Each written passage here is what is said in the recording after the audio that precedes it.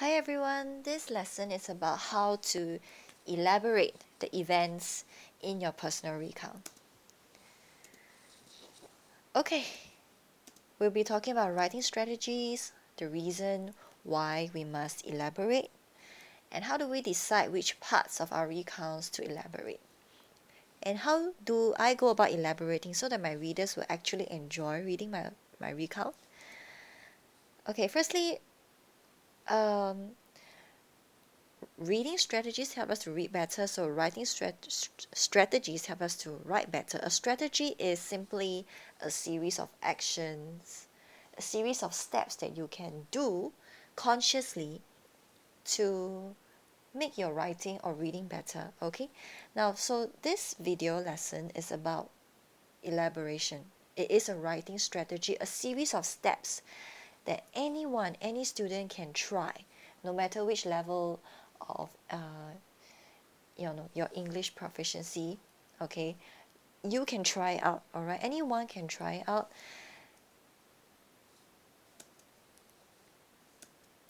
So to elaborate means to give more details on new information about something.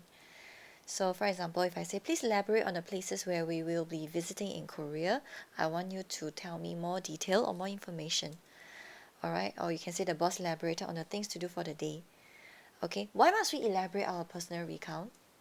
Now, this is a recount that has not been well elaborated. Yesterday was the first day of school. I went to school in the morning. I made a few friends. I was happy. I went home after school. So imagine that this is the entire essay. Well, there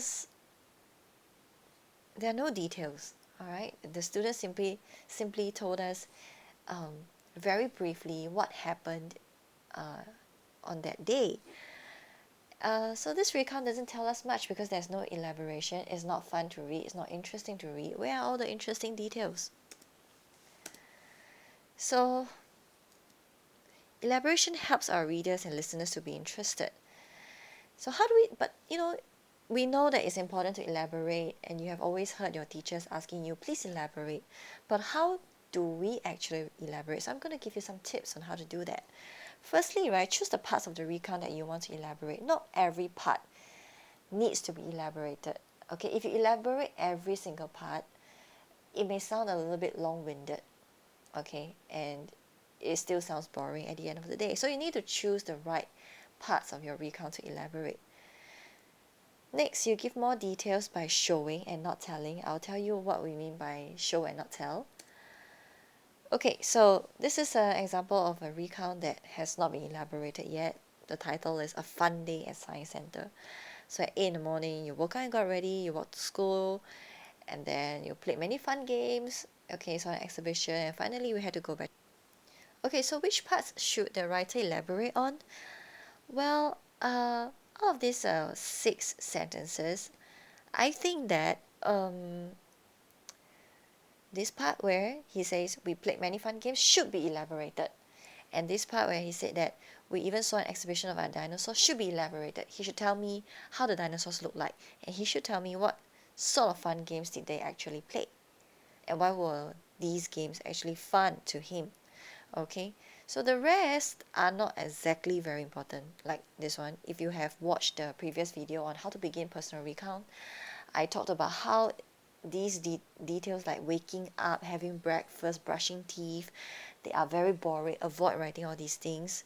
Alright, so you should elaborate on, I guess, the games part and the exhibition. If you want to talk a little bit on the bus, I guess it's okay, but I think the focus, the longest paragraphs, okay, should be those that are talking about the games and the exhibition.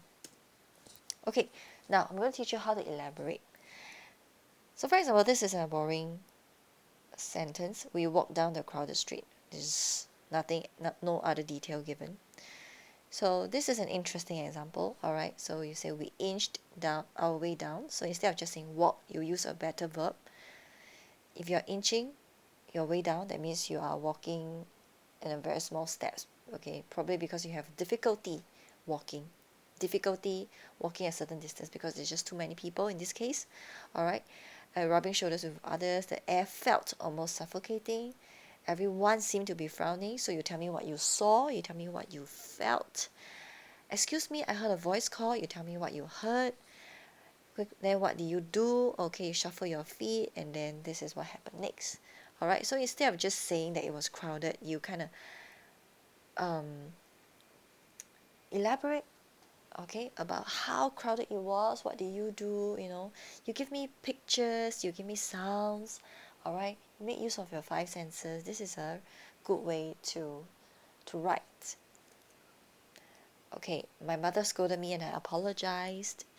Okay, some students when they write personal recounts, when they come to the sort of the most important part of the recount, let's say in this case, if you're writing about how um, you disappointed your mother once, if let's say your recount is about that, then this part will be the most important part of your entire composition.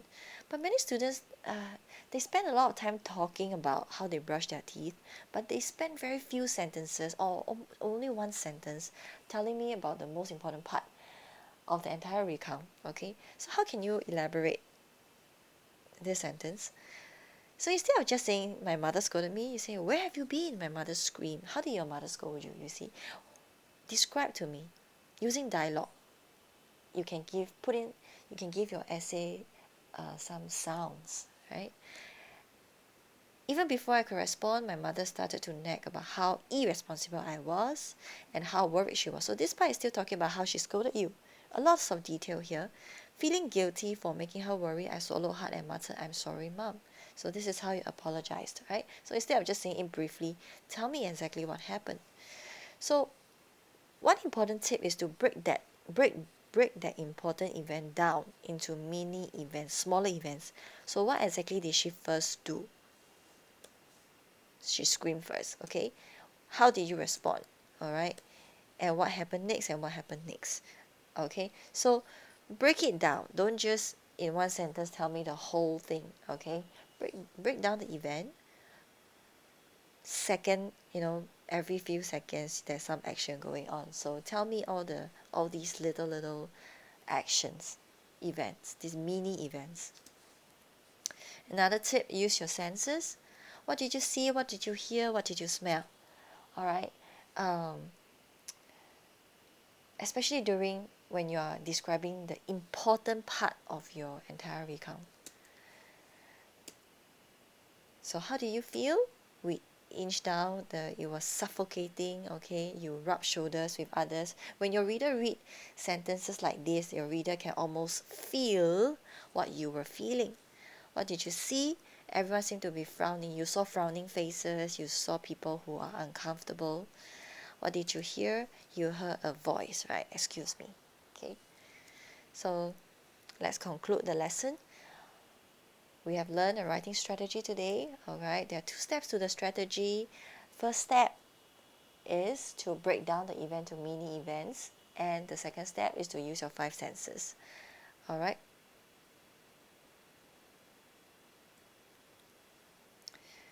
So we have come to the end of this lesson, and please try to make use of what you have learned in this lesson. Okay, the next time you write a personal recount, try to elaborate more, especially on those really important events. And for those events that are not important, okay, usually the part where you talk about how you prepare to go to school, how you prepare the day for this. At the start of the day, you prepare yourself at the start of the day. These are not important. Don't elaborate on those things.